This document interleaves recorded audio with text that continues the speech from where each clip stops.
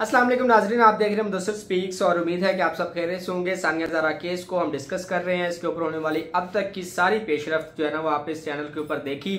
एक और जो इस हवाले से इस केस के हवाले से अहम जो नुक्ता उठाया जा रहा है वो है सानिया ज़ारा की ननद के हवाले से कि वो आधी रात को सानिया ज़ारा का घर छोड़कर क्यों चली गई, जबकि वो कत्ल के रात सानिया ज़ारा के घर पर मौजूद थी। जब इनकी जो इस इन्वेस्टिगेशन के अंदर इस पेशी के ऊपर उनको लाया गया, क्योंकि ये कुल 6 मुल्जमान हैं जो सानिया ज़ारा के वालिदैन की तरफ से नामजद किए गए हैं इस केस के अंदर। और उसमें उसके जो 6 लोग हैं उसमें सानिया ज़ारा के ससुर, उनकी सास, उनके जो देवर हैं और इसके अलावा उनकी जो ननद है, और जो छठा जो नंबर है वो है सानिया ज़ारा की सौतन का, यानी कि अली रज़ा की दूसरी बीवी का। उसके हवाले से भी वीडियो जो है वो मैं बना चुका हूँ आप इसी चैनल के ऊपर, बल्कि उसका लिंक जो है वो मैं आपको आई कार्ड के ऊपर शेयर कर दूंगा और साथ ही साथ उसका लिंक जो है वो डिस्क्रिप्शन के अंदर भी आप देख सकते हैं। सानिया ज़ारा के जो सौतन है उन्होंने भी इंकशाफात किया और इसके साथ साथ जो सानिया ज़ारा के ससुर हैं वो भी अपना बयान रिकॉर्ड करवा चुके हैं। वो वीडियो भी आप इसी चैनल के ऊपर देख सकते हैं। बहरहाल सानिया ज़ारा के ननद की अगर हम बात करें तो वो आधी रात को घर छोड़ के क्यों चली गई थी, और इस घर को छोड़ के जाने के बाद ही इस वाक़े को मशकूक किया गया और समझा गया कि वो आधी रात को जो है वो क्यों अपने घर चली गई। तो उनका ये कहना था जिस रात सानिया ज़ारा को ने खुदकुशी की इनके बकौल, उस रात उनके घर में मजलिस थी और वो अपने वालिदैन के घर आई हुई थी और उन्होंने रात तो जो है वो लेट हो चुकी थी और बहरहाल उनके जो 2 बच्चे थे वो अपने घर में मौजूद थे, तो इसलिए उन्होंने अपने घर में जाना ज़रूरी था। और इसीलिए जो अली रज़ा की वालदा हैं वो अपनी बेटी को उनके घर छोड़ के आई।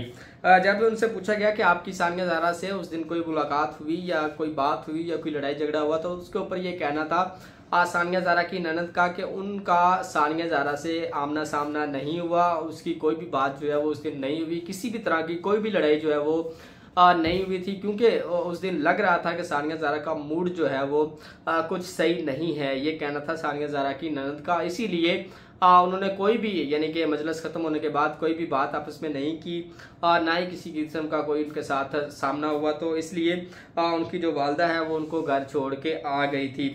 जिसके बाद उन्होंने ये भी कहा कि चूँकि मजलिस ख़त्म हो चुकी थी और इसके अलावा इसके घर में क्योंकि छोटे छोटे बच्चे थे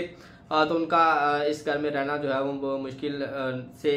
यानी कि मुश्किल था, वो नहीं रह सकती थी, तो इसलिए उन्होंने अपने घर जाने को तरजीह दी। तो इसके बाद उनका ये कहना था कि सानिया ज़ारा के साथ उनके जो ताल्लुकात हैं वो अच्छे थे। और यहाँ पे एक और बात का अगर हम तस्करा करें तो सानिया ज़ारा के वालिदैन की तरफ से ये कहा गया है कि सानिया ज़ारा की जो ननद है उनकी तरफ से पैसों की डिमांड की जाती रही है और सानिया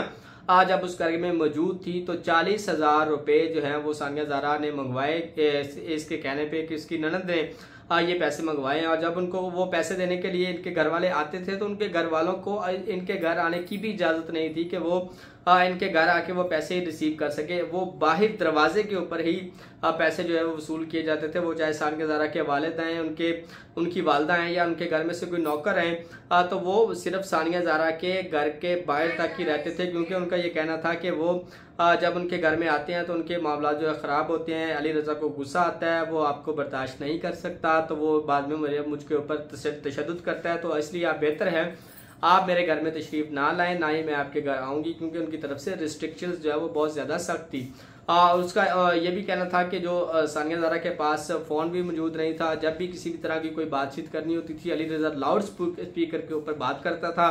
और जब भी कोई बात कर रहे होते थे वो वहाँ पे मौजूद होता था और बाकायदा तौर पे उनको थ्रेट करता था कि आप अपनी प्रॉपर्टी के हवाले से बात करो, अपनी जायदाद के हवाले से बात करो, उनको अपने नाम पे ट्रांसफ़र करने की जो है वो बात करता था। तो ये वो सारी रंजिश थी जो कि इस सारी तशद्दुद वाली ज़िंदगी का सबब बनी।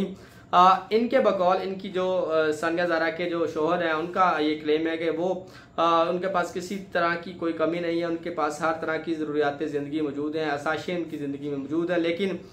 उसके बावजूद भी जो है वो जायदाद का लालच जो है वो इनके अंदर था, तो जिसकी वजह से इनके घर के जो मामला जो है वो सही नहीं रहते थे और वो सानिया ज़ारा को तशद्दुद का निशाना बनाते थे। बहरहाल इस केस के अंदर अब जो बयानात कलमबंद होना शुरू हो गए हैं तो इससे बहुत सारी चीज़ें जो है वो क्लियर होना शुरू हो जाएंगी कि कौन कौन सा किरदार किस किस तरह से इस केस के अंदर इन्वॉल्व हुआ था। अभी तक